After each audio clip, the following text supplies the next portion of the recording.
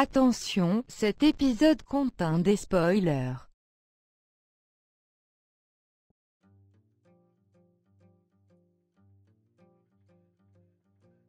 Salut les gens, aujourd'hui on se retrouve dans une nouvelle vidéo et cette fois aujourd'hui on va parler donc de l'épisode 9 qui vient tout juste de sortir. Donc moi je l'ai regardé le lendemain de sa sortie, donc le lundi, et on est lundi aujourd'hui, pour moi on est lundi. Donc aujourd'hui on va parler des différents éléments de ce premier épisode. Donc tout d'abord, je vais commencer directement, hein. Tout d'abord, ça commence avec Gabriel. Donc ouais, le prêtre Gabriel, le pasteur et tout, qui empile, qui se balade dans la ville et dans Alexandria, et d'un coup, je sais pas pourquoi, qu'est-ce qui lui a pris, vide tout ce qu'il y a dans le garde-manger, le met dans une caisse, le met dans une voiture et il s'en va avec. Donc j'ai pas très bien compris pourquoi, et tout le long de l'épisode, ils ne disent pas pourquoi. Donc voilà. Donc ça, je me demande... Au début, je me suis dit, est-ce qu'il se barre vraiment? Mais après, je me suis dit... C'est possible, à voir. Mais je pense qu'on le reverra, c'est obligé. Donc ensuite, il y a l'opening de... c'est pas un opening, mais c'est le générique. Et donc justement, on se retrouve à la colline. Donc on se retrouve à un moment où il y a Rick avec son groupe et tout formé, avec Jésus y compris, qui essaye de convaincre Grégory, donc le chef de la colline, de joindre ses forces à Rick pour attaquer Negan. Mais celui-ci veut pas. Donc il veut pas les aider. Il prend comme excuse, en fait, Grégory c'est un vrai peureux. Donc il prend comme excuse que ils ont pas respecté le marché, normalement ils auraient dû tuer les sauveurs et tout. Mais justement Rick vient pour lui demander parce que c'est pas possible tout seul. Et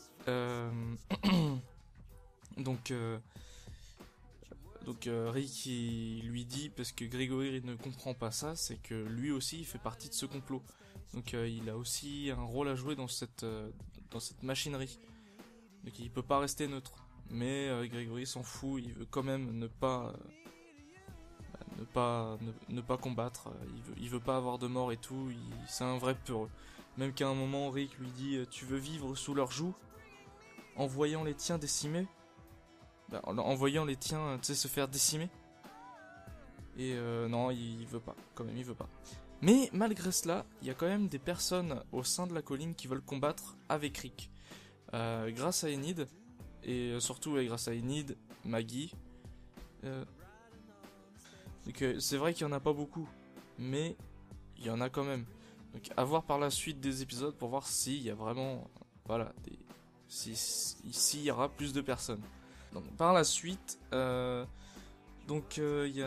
veulent tous partir et retourner à Alexandria, parce que ils se disent Negan peut venir à n'importe quel moment, et Daryl, ils savent pas encore qu'il s'est enfui. Donc le truc c'est que il y a Jésus qui sort un talkie-walkie et qui dit à Rick non c'est bon tout va bien, ils sont prévenus. En fait ils seront prévenus au moment où où Negan va venir à Alexandria. Et enfin cette rencontre qui va être très très bien. Donc il va leur parler du royaume, donc le roi Ézéchiel. Donc Rick, premier aperçu, il se dit le roi. Je pense que si on prend en compte les saisons passées, ça y fait penser quand même au gouverneur, parce que c'était un titre. Mais bon, bref, donc il les conduit à un endroit, et il y a comment il s'appelle, je sais plus comment il s'appelle, c'était, ah oui, Richard qui arrive à leur rencontre. Donc il leur parle et tout, et il les emmène au royaume. Donc pour l'instant tout se passe bien. Tout est bien. Donc Morgan arrive. Donc il les voit. En fait il y a Tara qui voit Morgan, et justement ils vont le voir. Et Morgan leur explique pour Carol qu'elle reste dans son coin et tout. Donc voilà. Ensuite ils vont voir Ézéchiel. Donc c'est bon, il y a l'entretien avec Ézéchiel qui va se faire. Mais le truc qui m'a fait marrer, c'est le moment où tu vois Jésus qui commence à s'avancer dans la salle, là, dans la pièce, dans la salle de théâtre, et tu vois Rick et son groupe qui restent cloîtrés dans le fond de la salle, bouche bée parce qu'il y a un tigre. Bon, c'est vrai que Jésus juste après il a dit ouais c'est vrai j'aurais dû vous dire qu'il a un tigre. Mais bref voilà. Donc passons sur cela. Donc voilà il a un tigre. Donc après il s'avance au fur et à mesure. Et dès qu'il arrive, Rick met les choses au clair. Il dit il y a 3 communautés différentes, donc Alexandria, la colline et le royaume. Et le point en commun qu'ils ont tous, c'est qu'ils servent les sauveurs. Donc Rick, comme avec Grégory, lui demande si il peut se joindre à eux. Et donc il se fait interrompre par Morgan, qui lui n'était pas au courant des morts de Negan. Donc Negan qui a tué Glenn et Abraham. Donc justement il y a c'était Rosita qui était vraiment en mode méchante, parce qu'en fait Morgan l'avait dit dans la première partie de la saison que ça va aller, tu sais, ça arriverait à faire des trucs. Non c'était pas la première partie de la saison, c'était la fin de la 6ème saison, juste avant qu'ils partent chercher Carol. Il disait ouais ça finirait mal et tout. Donc voilà, elle l'a pris mal.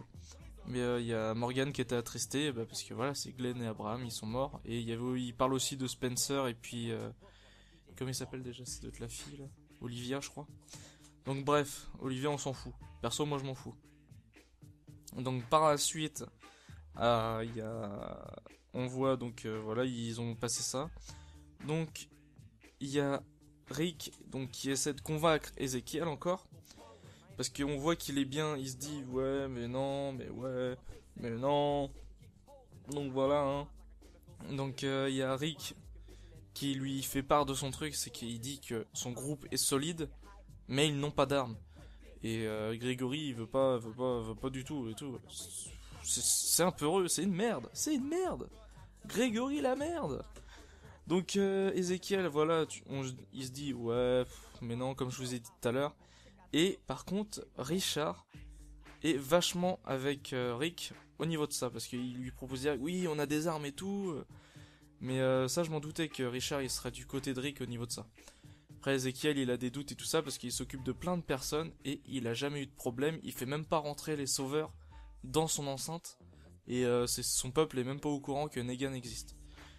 Donc voilà, donc Richard veut combattre, il veut fournir des armes. Mais voilà, c'est Ezekiel ne dit rien, il a dit voilà blablabla, on s'en fout. Donc ensuite, il y a Ezekiel qui a dit qu'il lui dirait le lendemain et Rick lui sort une phrase par rapport à au titre de l'épisode. Donc si vous savez pas, c'est Rock in the Road. Et justement à ce moment-là, je me suis dit tiens, ça doit être par rapport à ça parce qu'il raconte une histoire au niveau de son passé. Et en fait, ça mêle bien Negan, le groupe, et les morts et tout qui vont se faire, ainsi que la suite, voilà, que au bout d'un moment, ils vont gagner. Donc et ensuite, ce que dit Rick, c'est que il dit, attendez, je vais vous le dire, parce que je l'ai sous les yeux, parce que c'est chaud quand même de retenir une phrase comme ça. Donc il dit, ma mère me racontait une histoire. Donc il y avait une route menant à un royaume et une grosse pierre au milieu. Donc la pierre pour Negan. Les gens avaient beau éviter cette pierre, ça c'est tous les groupes. Elle cassait les pattes des chevaux et les roues des chariots. Les marchands perdaient ce qu'ils venaient vendre. Ce fut le cas d'une petite fille. Le fût de la basserie familiale tomba et s'éventra. La terre la butte, c'était terminé. C'était la dernière chance de sa famille. Ils étaient affamés sans un sou. Elle resta, assise à pleurer. Mais que faisait cette pierre encore là? Que faisait Negan encore là? Prêt à briser d'autres vies? Alors elle se mit à creuser à main nue jusqu'au sang. Elle employait toutes ses forces à la déterrer. Cela prit des heures. Et puis, au moment de combler le trou, elle vit quelque chose dedans. Un sac rempli d'or. Et puis vous voyez l'autre là qui dit trop bien. Eric en mode non mais n'importe quoi. Et là il dit le roi avait mis cette pierre dedans et celui qui la déterrerait, qui agirait, mériterait une récompense. Donc voilà, c'est ce que ça veut dire. Donc si vous avez bien écouté ce que j'ai dit là au niveau de ce qu'a dit Rick dans l'épisode, au niveau de son histoire, donc ça signifie en quelque sorte le soulèvement. Donc le soulèvement des différents groupes, ce serait pas mal quand même. Donc déjà d'un groupe, donc la petite fille, on peut dire que c'est Rick avec son groupe, qui prend en charge les trucs. Donc voilà, donc ils parlent entre eux, donc là il a fini. Donc comme je vous ai dit tout à l'heure, il a dit il va leur rendre la réponse le lendemain. Voilà, donc la réponse de Ezekiel c'est non, ils vont pas les aider. Mais il propose à Daryl de rester au royaume pour être protégé le temps qu'il y a des trucs qui se fassent, pour éviter que les sauveurs ne trouvent Daryl. Et donc on voit bien justement s'il propose ça, on voit bien qu'il est quand même avec eux quand même un petit peu. Mais au bout d'un moment, je pense qu'il va décrocher de cette enveloppe et puis il va suivre Richard et puis combattre avec Rick. Donc voilà. Donc la dernière scène qu'on voit au niveau du royaume, donc c'est Daryl et Rick, donc la porte qui se ferme entre eux. Donc Daryl qui reste au royaume parce que Rick lui a demandé, il lui a dit non s'il te plaît reste ici, tu seras plus en sécurité. On reviendra dans pas longtemps. Donc voilà, en fait, ils se protègent mutuellement. Ils sont vraiment. Maintenant, on peut se dire que Rick et Shane, c'est plus la même chose que Rick et Daryl. C'est pas du tout la même chose. Donc ensuite, ils se retrouvent sur l'autoroute, donc où on voit qu'en fait, il y a un fil avec des explosifs qui sont mis ici. Je sais pas exactement pourquoi. Je me suis dit les rôdeurs ou les humains. En fait, ça doit être les deux. Donc dès que Rick voit ça, il se dit oh non, faut récupérer ces explosifs. Il y avait des roquettes, des bombes, tout ce que vous voulez. Donc il y avait pas mal d'explosifs. Donc ils arrivent à en retirer. Ils arrivent à démorcer les trucs et ils voient il y a une horde de zombies qui arrive au loin. Et donc justement ils démorcent les trucs. Il y a certaines personnes du groupe qui partent dans la camionnette un peu plus loin pour se préparer à récupérer Rick et Michonne. Donc on voit Rick et Michonne qui prennent, parce qu'en fait c'était un fil accroché d'une voiture à l'autre qui avait des explosifs accrochés dessus, mais ils ont réussi à les garder, à les récupérer justement pour faire exploser des trucs de la... ça à voir plus tard dans les épisodes, pour l'instant ils ont rien utilisé avec. Mais bref, ils ont pris chacun une voiture qui était reliée au fil, et ont roulé vers la horde de zombies, donc qui les a un peu déchiquetés. Et par la suite, donc ils sont partis rejoindre la camionnette et retourner à Alexandria. Mais comme de par hasard, au moment de retourner à Alexandria, il y a le petit sous-fifre de Negan qui arrive, donc, et qui leur demande ouais, où est Daryl? On sait que vous l'avez, on sait. Mais Rick dit qu'est-ce qui se passe? Non, c'est pas vrai. Voilà, il ment, mais c'est normal. Donc par contre lui il s'en bat complètement les couilles, il va fouiller chaque maison, il défonce toutes les maisons, il les défonce vachement, il s'en fout complètement, mais ce gars là je l'aime pas franchement. On pourrait croire que c'est un genre de Negan, mais c'est Negan mais vraiment pas marrant, c'est une merde. En fait il cherche la merde partout. Donc voilà, donc ils fouillent chaque maison, ils arrivent au garde-manger, et comme je disais au début de l'épisode, qui c'est qui a pris tout ce qu'il y avait à manger? Oui, Rick était pas au courant et tout, le groupe qui était avec eux, ils étaient pas au courant, même Alexandria, ils étaient pas au courant. Donc voilà, donc on voit que les vivres, il n'y a plus rien du tout, il n'y a plus rien. Donc bref, ils ont fait le tour des différentes maisons, ils ont rien trouvé. Donc les sauveurs s'en vont. Et au moment où ils partent, juste après, quand ils ferment la grille et ils s'en vont, Rick se retourne vers les autres et demande mais putain ils sont où les provisions? Ils sont où? Puis après il y en a qui disent ouais Gabriel c'était lui qui était de charge et moi normalement je devais y aller le matin, je sais plus c'était qui, comment il s'appelle le gars. Mais bref. Donc voilà, donc ils sont dans le garde-manger et il y a Rick d'un coup qui regarde les cahiers et il voit à la fin du cahier écrit boat. Donc boat en français ça veut dire bateau. Donc directement ils ont fait le lien. Donc le bateau, il y a Aaron et Rick qui ont été voir un bateau pour récupérer des vivres quand il y avait Negan dans la première partie de la saison. Et donc ils y vont. Et quand ils vont au bateau, pour l'instant ils trouvent rien, ils cherchent des traces de pas et tout, et ils en trouvent. Donc justement ils suivent les traces de pas, et ils se retrouvent dans un endroit genre le terminus et tout, je trouve. Je trouve franchement que ça fait le terminus. Surtout l'image que je vais vous faire que je vous fais montrer là en ce moment, je trouve que ça fait vachement terminus donc le gros bâtiment derrière, mais c'est pas ça du tout. Donc, et par contre, le truc qui est bête, c'est qu'à ce moment-là, ils se font encercler par un groupe, ça doit être un nouveau groupe.